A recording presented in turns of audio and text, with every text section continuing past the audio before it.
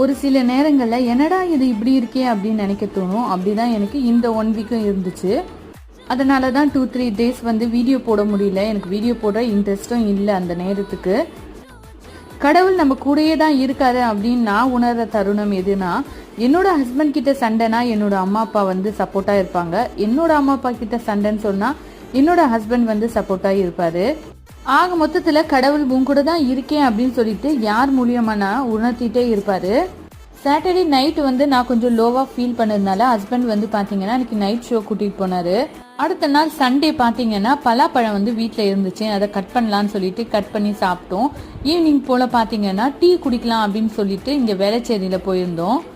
இந்த இடம் நிறைய பேருக்கு தெரிஞ்சிருக்கும்னு நினைக்கிறேன். வேளச்சேரி சரௌண்டிங்ல இருக்கிறவங்களுக்கு. என்னோட கவலைக்கு முக்கிய காரணம் என்னன்னா, நான் வந்து நல்லா தான் வீடியோ போடுறேன் நான் நினைக்கிறேன். ஆனா வந்து வீசியே போக மாட்டேன். அதான் இதுவும் கடந்து போகும்பா.